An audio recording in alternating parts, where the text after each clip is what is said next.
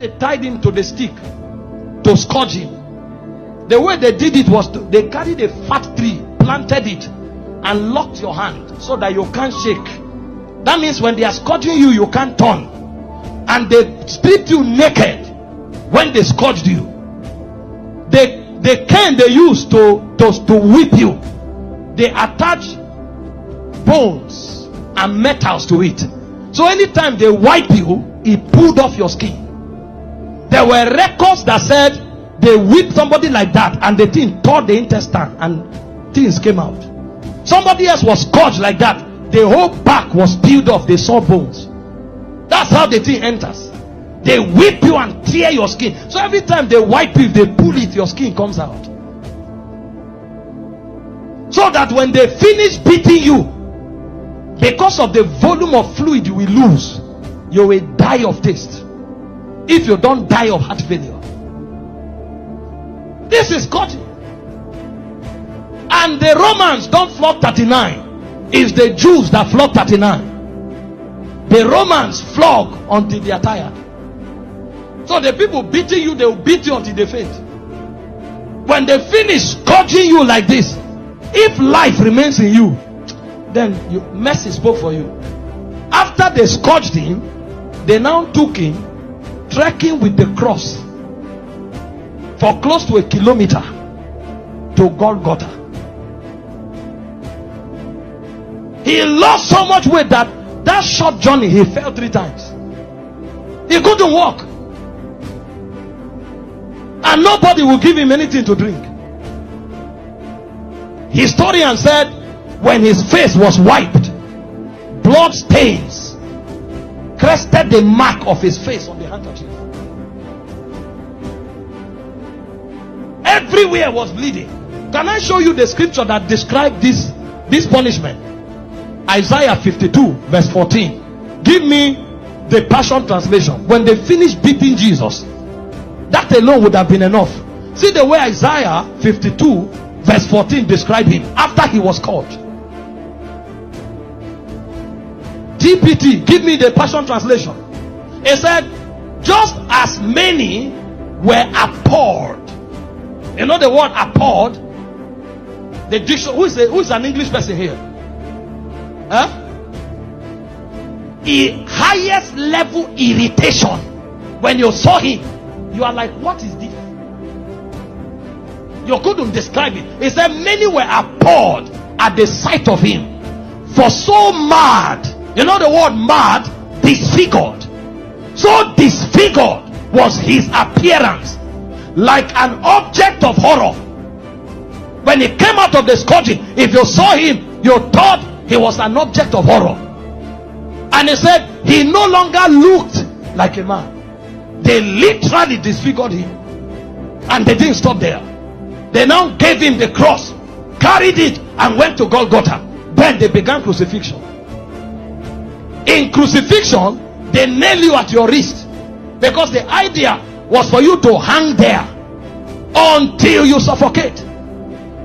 You know, the word excruciating didn't exist until the Romans started crucifying people, because the word excruciating comes from the word cruciating, and the word cruciate comes from crucifix. So it's excruciating is actually a pain you feel when you are crucified, because there's no pain in that class. When a man is crucified, his whole weight hangs on his wrist, and the only support he has are the nails on his toes. And when they crucify you, you saw a picture of Mel Gibson where you were straight. You can't be straight when they crucify you, because your back, there's no space to stand straight. You have to turn sideways to hang, because this is how you hang. Your weight actually hangs on your wrist. If you are tired and you want to gain small balance, you now push it on your toe that is on the nail. That's why when they wanted to kill the criminals, they broke their legs. And the reason is because when you are hanging, your stomach is bent so that your diaphragm can't breathe. Air can't enter.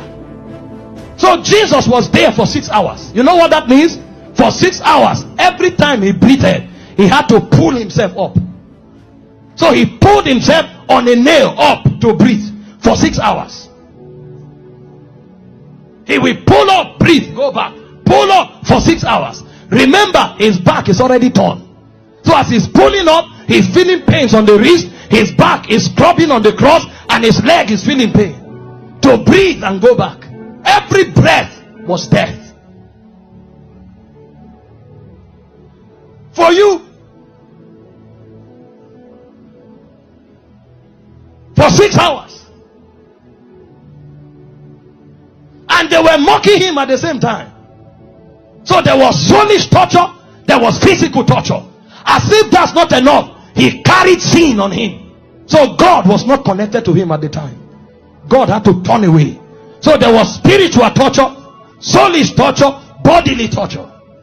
So much so that he cried, Eloi, Eloi, lama sabachthani, my God, why hast thou forsaken me? It's like a disconnection between your spirit and your soul. So the man was no longer alive. He died in the spirit before he died in the natural. The level of pain.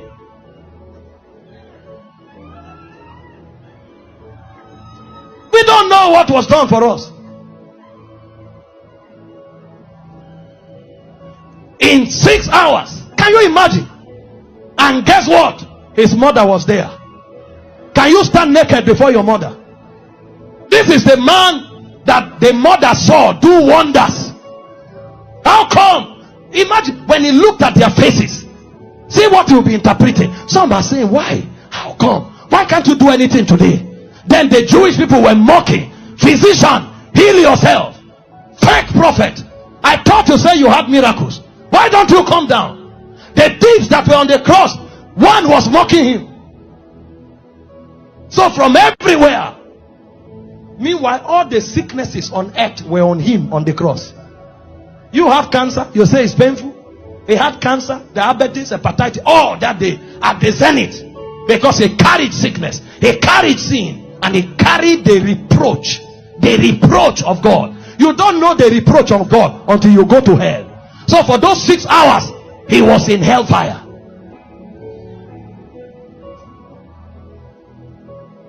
Until a point came when the price was paid. He looked up and said, I'm thirsty. They gave him vinegar. He said, no, that's not what I'm looking for.